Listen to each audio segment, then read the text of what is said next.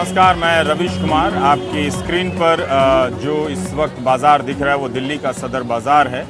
जितनी गहमा गहमी यहाँ है, इसी तरह की गहमा गहमी हम जिस मकसद से आए हैं उसके इतिहास की शुरुआत में भी रही है। हम आज आपको तिरंगा झंडा की कहानी और उसकी दुकानदारी, उसकी दुनियादारी हम बताने के लिए आए हैं यहाँ पर। 1920 के दशक के शुरुआती साल थे जहाँ से हमारी राजनीति में, राष्ट्रीय चेतना में झंडा अपनी यात्रा शुरू करता है। आप जानते हैं कि उत्तर प्रदेश के चौरी चौरा कांड के बाद महात्मा गांधी सविनय अवज्ञा आंदोलन स्थगित कर देते हैं और एक जांच कमेटी बनाते हैं हकीम अजमल खां के नाम से। इनके नाम पर दिल्ली में सड़क भी है। हकीम अजमल खां जबलपुर पहुंचते हैं तो वहां के स्थानीय नेताओं ने फैसला किया कि हम उनके स्वागत में झंडा लहराएंगे और वो जबलपुर के टाउन हॉल, जो आपके स्क्रीन पर इसकी तस्वीर दिखेगी, जबलपुर के टाउन हॉल में झंडा लहराने का प्रयास करते हैं। और एक बहस होती है कि झंडा यूनियन जैक, जो ब्रिटिश हुकूमत का जो झंडा है, उसके बराबर हो या उसके नीचे हो या उसके साथ साथ हो। तो नगरपालिका कमेटी जो है वो प्रस्ताव खारिज कर देती है और तय करती है कि जो झंडा है, राष्ट्रीय झंडा है, उस वक्त इसे स्वराज झंडा कहते थे, जिसे गांधी ने 1921 में स्वीकार किया था। और आपको ये याद रखना चाहिए कि जब भी एक झंडा आप खरीदते हैं, आपको पी वेंकैया, जो मुसलीपट्टनम आंध्र प्रदेश के थे, उन्हें ज़रूर याद करना चाहिए, क्योंकि झंडे की यात्रा आपकी राजनीति में वहीं से शुरू होती है। और वही एक ऐसे शख्स थे जो 1916 से लेकर 1921 तक गांधी के पीछे पड़े रहे कि हमारे आंदोलन का एक झंडा होना चाहिए, एक राष्ट्रीय झंडा होना चाहिए। नमस्कार। तो गांधी कहते हैं कि ठीक है, झंडा बनाते हैं, लेकिन पी वेंकैया जो झंडा बनाते हैं उसमें लाल रंग है, सफ़ेद रंग है और हरा रंग है। और फिर भी गांधी को वो डिज़ाइन बहुत पसंद नहीं है, लेकिन गांधी स्वीकार करते हैं और यही झंडा जबलपुर टाउन हॉल में लहराया जाता है। ये 4 जुलाई 1922 को। तब ब्रिटिश हुकूमत जो है कुछ नोटिस लेती है और उसके एक साल बाद जबलपुर में ही एक छोटा सा सत्याग्रह जैसा हो जाता है झंडा को लेकर, मार्च करने को लेकर। लेकिन इसमें सुभद्रा कुमारी चौहान भी शरीक होती हैं और वो उनके साथ 2 और लोग हैं जो मार्च करते हुए गिरफ्तार किए जाते हैं। सुभद्रा कुमारी चौहान हैं, नाथूराम मोदी एक वकील थे, गोडसे नहीं जिन्होंने गांधी को मारा, नाथूराम मोदी थे, और एक प्रांतीय कांग्रेस नेता थे सुंदरलाल। इनके बाद एक झंडा फिर से लहराया जाता है 27 मार्च 1923 को बिलासपुर टाउन हॉल में। और उसके बाद ये आंदोलन पहुंचता है महात्मा भगवान दीन के जरिए नागपुर, और वहां पर ये 3 महीने तक झंडा सत्याग्रह चलता है, जिसे झंडा सत्याग्रह ही कहते हैं। और ये पूरा इतिहास सदन झा जो अभी सूरत में काम करते हैं, इतिहासकार हैं, उन्होंने EPW में एक लेख लिखा है, मैं वहीं से जानकारी उठाकर आप तक पहुंचा रहा हूं। तो नागपुर में हर रोज एक आदमी झंडा लेकर जाता है और सिविल लाइंस में गिरफ्तारी देता है। ये तब तक, मतलब 1923 के साल तक ब्रिटिश हुकूमत सतर्क हो जाती है झंडे को लेकर। और नागार्जुन का एक प्रसंग है, सदन झा ने लिखा है कि जैसे ही ये खबर पहुंचती है कि हमारा झंडा लहराया गया है, गांव-गांव में जो हताशा छाई हुई थी सविनय अवज्ञा को वापस लेने के बाद, फिर से एक नई राष्ट्रीय चेतना उभरती है। तो ये बहुत ही दिलचस्प कहानी है हमारे तिरंगे की। जितना मैं जानता हूँ, इन लोगों से पढ़कर आया हूँ, वो सब हम बताते रहेंगे। पर इस वक्त आप जानते हैं कि 15 अगस्त का दिन है और आपके तिरंगे की खरीदारी का एक मौसम भी है और कई तरह का झंडा जो है बड़े आदर और सम्मान के साथ यहाँ पर बिक रहा है। आपका नाम सर? हाँ, अशोक भाई। अशोक भाई, कितने साल से आपके ये झंडे की दुकान है? ये हो गई 8-9 साल। 8-9 साल हो गए?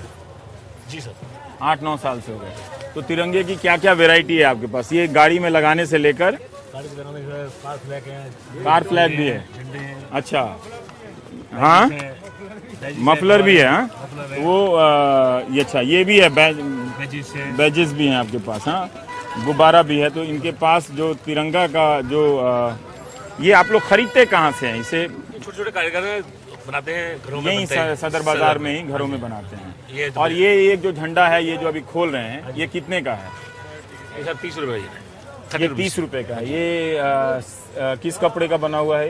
ये सूरत से बना हुआ है जी, मिल से छपा हुआ है। अच्छा, माइक्रो बोलते हैं इसको। अच्छा, ओ, लेकिन हाँ, तो मैं बता रहा था कि 1923 तक जब नागपुर में सत्याग्रह होता है, तब कांग्रेस का भी ख्याल जाता है कि हमारा भी एक औपचारिक झंडा होना चाहिए। और खूब बहस होती है। तो फिर 1931 में कांग्रेस झंडे को स्वीकार करती है, लेकिन पहली बार जब जबलपुर टाउन हॉल में लहराया जाता है, फहराया जाता है, तब कांग्रेस का वो औपचारिक झंडा नहीं था, स्वराज झंडा के रूप से जाना जाता था। तब लाल की जगह केसरिया रंग आ जाता है। लेकिन अभी आप देखेंगे कि केसरिया रंग का भी कितना वैरायटी है। उस वक्त भी काफी विवाद चला था, क्योंकि ये कच्चा रंग होता है, तो गेरुआ से भी कई बार मैच कर जाता था, कभी बसंती रंग से मैच कर जाता था। फिर धीरे धीरे आप देखेंगे कि केसरिया रंग में ही एक तरह से बहुत सारा चेंज आपको दिखेगा। ये हरा तो सेम है, मतलब एक गाढ़ा या हल्का, हाँ गाढ़ा केलता हल्का बदलता जाता है ये सारा रंग जो है। ये तो ये एक वो कहानी चलती है 1931 में। और फिर जो झंडा है, जब संविधान सभा तय करती है आज़ादी की पूर्व संध्या पर, तब वहाँ पर चरखा जो है, गांधी चाहते थे कि इसमें चरखा रहे, और चरखा क्योंकि उन्हें लगता था कि ये अहिंसा का प्रतीक है झंडा, और लेकिन संविधान सभा तय करती है कि चरखा की जगह अशोक चक्र, तब फिर चरखे की जगह अशोक चक्र एक तरह से स्थान पाता है। जो झंडा जो है आपका एक तरह से तिरंगा मुकम्मल होता है, और जिसको लेकर हमारी राष्ट्रीय चेतना का और राष्ट्रभक्ति का एक प्रतीक भी है, एक सम्मान है। ये सिर्फ कागज का टुकड़ा नहीं है, बल्कि हिंदुस्तान है। और एक बहस हुई कि ये जो रंग है, गांधी इसे समुदाय और समाज के बीच संतुलन के हिसाब से देखते थे, लेकिन बाद में जाकर ये रंग जो हैं वो हमारे राष्ट्रीय मूल्यों से जुड़ने लगते हैं। तो ये सब एक झंडा की यात्रा तय होती है यहाँ पर। तो हम सदर बाजार में आए, एक झंडे की एक दुकान है। मैं और भी आपसे थोड़ा सा जानना चाह रहा था कि इस बार की सेल जो है आपकी झंडे की, वो कैसी है? ठीक है सर। क्यों ठीक है, इतना रो के क्यों बोल रहे हैं? ठीक है वैसे, हैं? ठीक है सर, वही सही जैसे पिछले साल रहता। हाँ वो सेम है। चल खरीदने वाले कौन लोग होते हैं जो यहाँ आते हैं? कोई पटना बिहार के ज़्यादा आते हैं। बिहार के ज़्यादा आते हैं? बिहार, पटना, बनारस, अच्छा। लोग कानपुर, बनारस। अच्छा, उधर राजस्थान, मध्य प्रदेश, सब जाता है। सारे स्टेट में जाता है। और दिल्ली के लोग खरीदते हैं कि नहीं ज़्यादा? दिल्ली खरीदते हैं, दिल्ली के लोग खरीदते हैं। तो मेरे हर जगह बनाया जाता है, हर जगह खूब तबीयत से बनाया जाता है। आदमी तो ये ज़्यादातर जो चौराहों पर बिकता है वहीं से लोग खरीदते हैं। हाँ जी, हाँ जी, हमारे पास होलसेल काम है थोड़ा। हमसे जो ले जाते हैं वो चौराहे पर, पटरी पर जैसे बेचते लगते हैं। तो ये एक दुकान है, हम और भी दुकानों पे चलेंगे। अतुल भाई, दीपू भाई, झंडे ही झंडे। अच्छा, गजब है। सदर बाजार में हर कोई थोक हो जाता है आके। आइए तुलसी जी, आइए इस तरफ आते हैं। नमस्ते।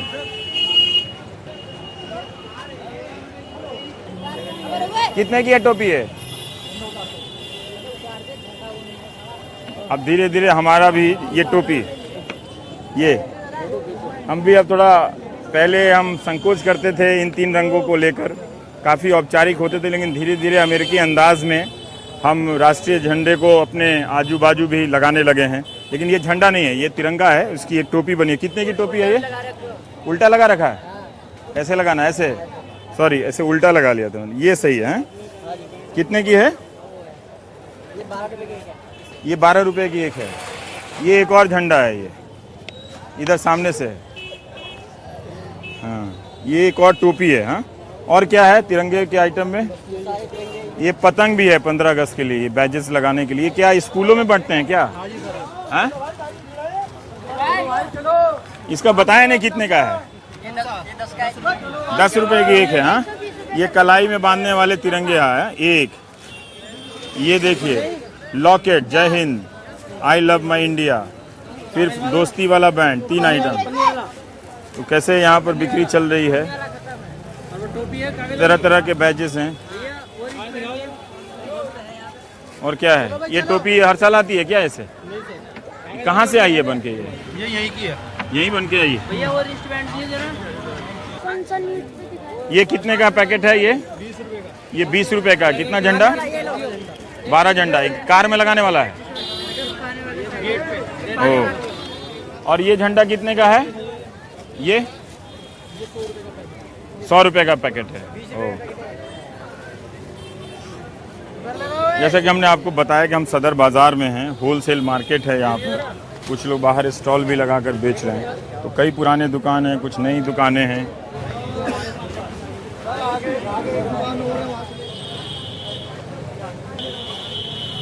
झंडे से संबंधित एक मैं आपको दिलचस्प वाकया बताता हूँ भारत छोड़ो आंदोलन के वक्त पटना की ज़िला कांग्रेस कमेटी तय करती है कि किसी भी तरीके से पटना के सचिवालय पे और सरकारी इमारतों पे तिरंगा फहराना है।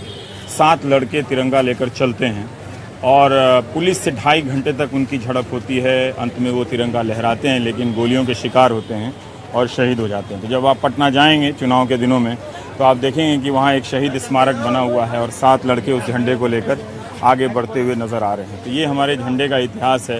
गांधी अहमदाबाद में जब झंडा फहराते हैं तो तब तक वो हिंदू मुस्लिम झगड़े जो थे वो चरम पर पहुंच रहे थे, तो उससे काफ़ी आजिज़ आगे गांधी और कहने लगे कि यहाँ पे जो भी झंडा मैं फहरा रहा हूँ गवाह है उस घटना की, वो ये शपथ ले कि ये मुल्क सबका है, ये आज़ादी सबका है। जो ये कहते हैं कि सब मिल के नहीं रह सकते, वो झंडे का सम्मान नहीं कर सकते। तो एक तरह से वो हमारी एकता, शांति, सद्भावना, इसका भी प्रतीक बनता हुआ चला जाता है। सिर्फ राष्ट्रीय प्रतीक ही नहीं है, वो मुल्क का ही निशान नहीं है, बल्कि इन सामाजिक जो सद्भावना के जो ज़रूरियात हैं उनका भी प्रतीक झंडा बनता चला जाता है। तो ये एक संघर्ष की भी कहानी है। उसी दौरान एक और संस्था उभर रही थी जो अपना एक केसरिया झंडा बनाए। आरएसएस का भी झंडा 1925 में बन रहा है। अकाली दल भी हस्तक्षेप करते हैं अपनी तरीके से कि इसमें केसरिया की जगह पीला रंग होना चाहिए। तो बहुत तरह का इतिहास है हमारे झंडे का, जो शायद आज ये वक्त ना मिले, लेकिन हम सदर बाज़ार में देखने आए हैं कि 15 अगस्त के दौरान की जो यहाँ बिक्री है और जो बाज़ार की जो चहलकदमी है, आप देख सकते हैं कि यहाँ और भी चीज़ें बिक रही हैं। राखी का भी बहुत सारा यहाँ यहीं से होलसेल खरीद करके लोग राखी ले जाकर आपको दिल्ली में या फिर हिंदुस्तान भर में यहीं से थोक में राखी और झंडे की सप्लाई होती है। तो आप देख सकते हैं कि इन जगहों पे ये देखिए राखियाँ कितनी यहाँ पर राखियाँ। तो ये भी एक राजनीतिक कार्यक्रम होने वाला है, तो उसमें भी राखियों की काफ़ी खपत हो जाएगी इस वक्त।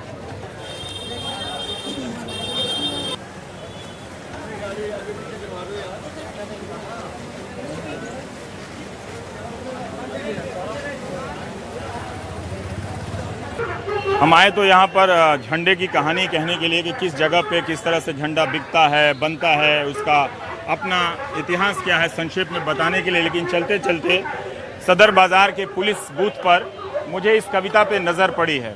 ये कविता तमाम कवियों की कविता को फेल करती है एक तरह से, क्योंकि एक ऐसी कविता है जो बाज़ार को लेकर अपनी पहचान को दिखाती है। देखिए किस तरह से, कितना प्यार से कवि ने लिखा है। सदर बाज़ार इसका उन्वान है। स्नेह सागर है सदर बाज़ार, जहाँ प्यार भरा है बेशुमार।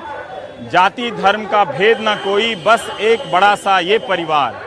ये तो वह पावन भूमि है जहाँ संस्कार हमारे जीवित हैं। नगर कीर्तन झांकी जुलूस में बात यही तो निहित है। धर्म सहिष्णुता की है मिसाल, यहाँ लोग गजब के रहते हैं। एक दूजे की दुख तकलीफें सब मिल बांट कर रहते हैं। यहाँ गंगा जमुना सी एकता, हिलमिल सब जन रहते हैं। अस्तित्व विहीन है बैर भाव, मधुरस धारा सम बहते हैं। कमाल है भिन्न भिन्न बाजार, यहाँ हर सामान यहाँ पर मिलता है। सजी धजी है सभी दुकानें, दृश्य मनोहारी अति लगता है।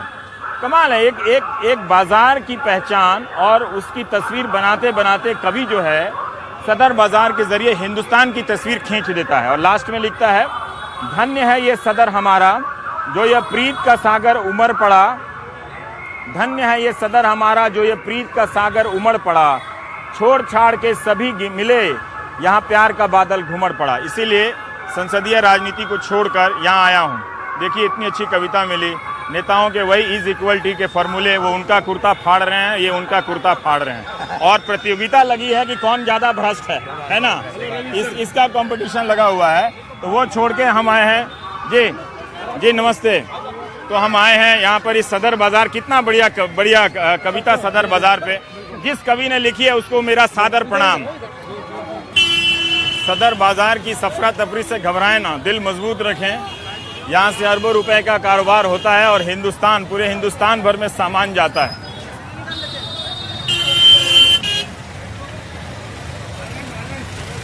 सर इस हॉस्पिटल की ये अर्थव्यवस्था देखिए कितनी खराब है। यहाँ ये अस्पताल है। डिस्पेंसरी है सर यहाँ। किधर से चलें आपका? अभी तो झंडे के लिए आए हैं, अभी तो भारत की तमाम समस्याओं को 15 अगस्त तक के लिए स्थगित करते हैं। बिल्कुल बिल्कुल। ये देखिए मतलब क्या गदर है भाई। जी हाँ जी हाँ। आप लोग लेकिन इसी अराजकता में, अफरा तफरी में जी रहे हैं आराम से, नहीं? जी बिल्कुल बिल्कुल।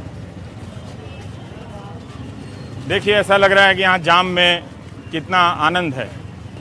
चलते रहें। ये जरा तुलसी साहब मुड़ के देखिए क्या विहंगम दृश्य जो है आपको दिल्ली का, हमारे दर्शकों को दिखाइए जरा से कैसी दिल्ली है ये।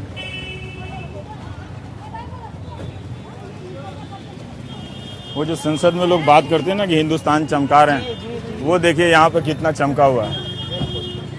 जी जी नमस्कार नमस्कार। करते हो आपका चैनल देखता हूँ मैं बहुत। अच्छा थैंक यू सर, करते हो सर, थैंक यू। बहुत अच्छी सी वो आप मेरी तारीफ में इनकी टांग पे स्कूटर मत लगा दीजिए। आपको दर्शन हो गया, बहुत कुछ करते हो देश के लिए। ये हम हमारे साथ हैं अब्दुल भाई हैं, जिनके साथ हम इनकी फैक्ट्री है तिरंगा झंडा बनाने की और राजनीतिक दलों का झंडा बनाने की। और कितने सालों से अब्दुल भाई? सर हम सन 1962 से 1962 से हैं। चलिए आइए आइए। तो आपके ज़रिए हम चाहते हैं कि हमारे दर्शक देखें कि झंडे का जो कारोबार है वो इस तरफ है, हम आगे ही चले गए। ओहो, ये आपका होलसेल है? हाँ जी सर। 1962 से आप बना रहे हैं? जी जी। अब्दुल गफ्फार झंडे वाले आपका नाम? जी जी, मेरे बड़े भैया का नाम ही है। अच्छा। मेरा अब्दुल मालिक नाम है। अच्छा। ओ ओहो, तो ये आपके यहाँ ये पूरा झंडा बन रहा है? हाँ? ओहो, तो कंप्यूटर पे झंडा बनाया गया, नक्शा बनता है क्या? ये दूसरा डिजाइनिंग हो रहा है। ये किस चीज़ का है? ये धार्मिक है। ओहो अच्छा। और ये है आपका झंडे का होलसेल? हाँ जी सर। ये इसमें कुछ नया नहीं होता है? नया क्या जुड़ता है? नया सर इस बैठ जाइए। छोड़ने लायक हाँ है नहीं। अच्छा, कैसे हैं जी? ये मेरे बाबूजी गफ्फार भाई झंडे। अच्छा, आपने ये शुरुआत की थी? हाँ। और आपने ये शुरुआत कैसे की थी गफ्फार भाई? शुरुआत की तो बहुत लंबी कहानी है सर। वो लंबी कहानी क्या है? लंबी कहानी तो खड़े ही रहे, कोई फर्क नहीं पड़ता। आइए। 40-45 साल पहले हाँ हमारे इलाके के काउंसलर थे, हाँ तो उनके लिए झंडे मेरे मामा ने बनवाए थे। हाँ हम सिलाई का काम करते थे, मजदूरी का, हाँ तो उन्होंने मजदूरी पे हमसे काम कराया। हाँ तो हमने क्या, छोड़ो हम झंडे नहीं बनाएंगे, क्या मिलेगा इसमें? हाँ कहना नहीं नहीं यार, इज्जत की बात है, मुझे बना दो। हाँ। तो हमने बनाए 500 झंडे। तो उन्होंने हमें उस जमाने में 500 रुपये दिए, उस जमाने में? उस जमाने में। हम्म। तो हमें तो फिर मजा लग गया। अच्छा, उसके बाद से आपने बनाना शुरू किया? उससे फिर हम झंडे बनाने लग गए। हम्म। रेडीमेड गारमेंट्स का काम करते थे, शर्ट वगैरह बनाते थे। तब यहाँ पुरानी दिल्ली में सदर बाजार में कोई और झंडा कोई नहीं और बनता? नहीं था। तो आपने उसको शुरुआत की जी, हमने झंडा शुरुआत बनाने की? अच्छा। और उसके बाद फिर आप राजनीतिक सियासी दलों के ही तो झंडा? सियासी दलों के, सियासी ही बनाए थे हमने पहले। सियासी ही बनाए थे? सियासी कांग्रेस पार्टी के, हाँ उस वक्त चरखे का निशान होता था इंदिरा गांधी के जमाने में। हाँ। तो पुराना से- तो सैंपल नहीं होगा आपके पास पुराने झंडों के हाँ निशान? है ना। है। हाँ तो अगर आप कुछ दिखा सके हमारे दर्शकों के लिए तो बड़ा अच्छा है। लेकिन मैं तिरंगे पे बात करना चाह रहा हूँ जी। कि वो आपने कब से बनाना शुरू तिरंगा किया? तो हम 20 साल से बना रहे हैं। 20 साल से बना जी, रहे 20 हैं। साल। अच्छा, उससे पहले लोग यहाँ पे नहीं बनाते थे? उससे पहले नहीं बनाते थे, अच्छा, तब वो शायद वो खादी खादी का- भंडार से आता था। अच्छा, 20 साल पहले खादी भंडार से खादी लोग भंडार से तिरंगे लोग का लेते इस्तेमाल थे। करते थे। हाँ क्योंकि खादी भंडार इतना झंडा नहीं बना पाती, हाँ। इतने लोगों में उत्साह था। हाँ हाँ। अब हर घर पे लोग झंडा लगाना चाहते थे, अच्छा। तो इतना खादी भंडार झंडा नहीं बनाता। गवर्नमेंट सप्लाई है उनकी, हम्म। गवर्नमेंट को देते हैं, सरकारी इमारतों में लगता है वो। अच्छा, इस तरफ क्या है? ये फैक्ट्री है मेरी। अच्छा, मैं देखना चाहता हूँ ज़रा सा। हाँ। अच्छा, ये कोई और चीज़ बन रही है आपकी? अच्छा, मैं तो जूता नहीं उतार रहा हूँ तो माफ़ी कोई चाहूँगा, बात नहीं है। लेकिन थोड़ा बस जगह मिल जाए सांस लेने की तो ठीक बात हाँ। तो यहाँ राष्ट्रीय जनता दल, भाजपा सबका झंडा बनाते सबका रहते बनाते हैं? हैं। अच्छा, तो वहाँ आने वाले पार्टियों में झगड़ा मन नहीं करता है इसका वाला झंडा खराब बना दे? नहीं नहीं, ऐसा कुछ नहीं, ऐसा वाला हमें नहीं तो होता? पैसे चाहिए। पैसे चाहिए आपके लिए? हर झंडा मतलब वो हर है? झंडा माननीय है। हाँ, हर झंडा बराबर है। लेकिन गफ्फार भाई आप ये कह रहे थे कि तिरंगा 20 साल से तिरंगा झंडा लोग अपने घरों में खूब लगाते थे। खूब लगाना शुरू किया है। जी, खूब लेकिन तब आपने इधर चांदनी चौक के इलाके में, इस इलाके में, पुरानी दिल्ली के इलाके में लोग छतों पे या दुकानों पे जिस तरह से तिरंगा खूब सजाते लगाते हैं, थे। अब वैसा लगा- नहीं था, लेकिन अब हो गया है। अब हो गया है। पहले भी बहुत था। चांदनी चौक में तो हमेशा से लाल किले के आसपास बल्ली मारन हो गया, चांदनी चौक हो गया, हाँ। पुरानी दिल्ली जितनी है हाँ, वहाँ झंडा खूब लगता था। खूब लगता था। खूब लगता और प्रधानमंत्री भी आते हैं तो एक तरह से इस वजह से हाँ, इस पूरा वजह से सजाते हैं उसको। हम्म। इसमें प्रधानमंत्री के आने की वजह से भी वो पूरा इसकी एक रौनक हो जाती है इस जगह। जी हाँ, वो यही बात है। लाल किला है सामने, वहाँ झंडा फहराते हैं, तो इसलिए ज़्यादा इसकी अहमियत है। इस इलाके को फिर ज़्यादा सजाया जाता है। यहाँ लेडीज चूड़ियाँ पहनती हैं तिरंगी, तिरंगा मेकअप करते हैं, तिरंगे कपड़े पहने जाते हैं, तिरंगी पट्टी लगाते हैं माथे पे, तो इसलिए यहाँ बहुत ज़्यादा इसका वो है। ये सब राजनीतिक दलों, लेकिन आपका मूल कारोबार जो है वो राजनीतिक दलों के झंडे से ही चलता है, चुनाव आयोग की कृपा से कि जहाँ जहाँ चुनाव हो और वहाँ पे वो सारा बनने लगा है। नहीं, ठीक है। पर उनका तो झंडा बनाने का जो कायदा है वो आप कैसे भी बना सकते हैं उनके ऑर्डर के हिसाब से। हाँ, वो ऑर्डर के हिसाब से बनता है और स्टॉक भी रखते हैं हम। स्टॉक भी रखते हैं, वो होता है। आते हैं, आप बीजेपी वाले मांगा तुरंत झंडा हाँ, सप्लाई 1 लाख झंडा मांगा 1 लाख दे दिया, 2 लाख मांगा 2 लाख दे दिया। अच्छा, ऐसे स्टॉक रखती है बीजेपी का, कांग्रेस का, एनसीपी का, और जो वो हम चाहते थोड़ा अगर पुराने झंडे अगर आप दिखा सकते निकल जाता है, तब तक मैं अब्दुल भाई से बात करता हूँ। कांग्रेस का पुराना झंडा है। हाँ, मैं दिखाइए जरा सा, दिखाइए निकल। हाँ, इधर क्या है, इधर आइए, आइए अब्दुल भाई। हाँ, हम ऐसे ही बिना इजाजत के पहुंच जाते हैं धमाक से। बड़ी खुशी की बात है आप यहाँ पर आए, तशरीफ लाए, हमारा तो बहुत मन खुश हो रहा है कि आप इतने बड़े पत्रकार और इतने बड़े ये बहुत अच्छा काम करते हैं। ये बड़ी क्या है? बेबाकी से बोलते और हैं। आप बिल्कुल साफ गोले टीवी पे न्यूज वगैरह में। ये तो चरखा वाला झंडा है। जी सर। तो ये अब इतना नया क्यों बना के रखा है? मैंने कांग्रेस अपने निशान तो नहीं बदलने वाली? नहीं, ये नहीं, असल सर, ये कांग्रेस तो चलता यही है। है। हाँ, असल कांग्रेस तो यही है। अच्छा जब ये AICC में आप जाएंगे तो ये चरखे का झंडा ही लगा हुआ मिलेगा आपको। अच्छा, वो हाथ वाला नहीं मिलता? हाथ वाला नहीं मिलेगा, क्योंकि इंडियन नेशनल कांग्रेस यही है। अच्छा, और वो हाथ छाप वाला हाथ झंडा? वाला वो पार्टी का चुनाव चिन्ह है। अच्छा अच्छा, आप कह रहे हैं कि AICC में जाने पे चरखा वाला झंडा अब भी चरखे मिलता वाला ही है? मिलेगा। और देखिए, इसको बाकायदा राष्ट्रीय तरीके से फहराते हैं वो, ओ शाम को उतार लेते हैं। अच्छा, वहाँ पे तभी मुझे लगा कि आपने नया कहाँ से निकाल दिया। खैर अब्दुल भाई, मैं जानना चाहता हूँ कि जैसे गफ्फार साहब कह रहे थे कि जो तिरंगा झंडा है वो 20 साल से आम चलन में आया और 90 के दशक में सुप्रीम कोर्ट ने कहा भी कि सब कोई अपना झंडा लगा सकता है, तो उसके बाद बदला होगा, है ना? लेकिन बड़ा मोड़ क्या है झंडे के कारोबार में? बड़ा मोड़ कब आता है? बड़ा मोड़ देखिए, अभी जैसे कारगिल हुआ था, पाकिस्तान की और कारगिल की जंग हुई थी, तो एक जज्बा था, जोश था लोगों के अंदर। एक हमारी जो फौज ने कारनामा करके दिखाया था, पाकिस्तानियों को मुंह तोड़ जवाब दिया था, उसकी एवज में हर इंडियन के जज्बा था और उन्होंने तिरंगा झंडा फहराया था, उस पर डिमांड ज़्यादा निकली थी। अभी जैसे कोई उत्सव होता है, अब ये 15 अगस्त है, इंडिपेंडेंस डे, ये हमारे लिए, हमारे पूरे भारतवर्ष के लिए एक इतना बड़ा त्यौहार है, समझो कि इसे सारे कौम मिलके बनाती हैं और खूब इसके अंदर जोश और खरोश से। पर आप कह रहे थे कि कारगिल के समय लोग खरीदने लगे थे, मतलब वो 26 जनवरी और 15 अगस्त के अलावा भी, है ना? वो एक ऐसा था कि लोग आकर झंडा लेके गए बिल्कुल बिल्कुल अपने घरों में लगाने के लिए। और फिर उसके बाद दूसरा मोड़ आपकी जिंदगी में? जैसे दूसरा मोड़ अभी अन्ना जी का आंदोलन हुआ था, तो उसके अंदर जो झंडा बिका चलते था, रहते, हाँ, उसके अंदर बड़ा जबरदस्त काम हुआ था। तो हमारे से पूरा भी नहीं हो पा रहा था। हाँ, ये वैसे बीच में बता दो, ये बीजेपी के लिए भी सामान है, कलम वगैरह। पता नहीं बिहार में वो साड़ी वाड़ी बंटने वाली। नई पार्टी बनाई है उन्होंने, वकील साहब हैं। अच्छा, यहाँ योगेंद्र यादव, जय किसान, नहीं, वो अपने प्रशांत भूषण प्रशांत भूषण जी ने अभी अच्छा। अभी झंडा बनाया हमने। अच्छा, क्या बात है। किसान बोलो। मैं तो आया था यहाँ पे तिरंगे की कहानी की तलाश में, लेकिन अब देखिए कि जो भी जहाँ झंडा बनाता है वो गफ्फार भाई और अब्दुल भाई के यहाँ आना पड़ता है। क्या बात है। ये क्या है? स्वराज अभियान। अच्छा, बड़ी अच्छा।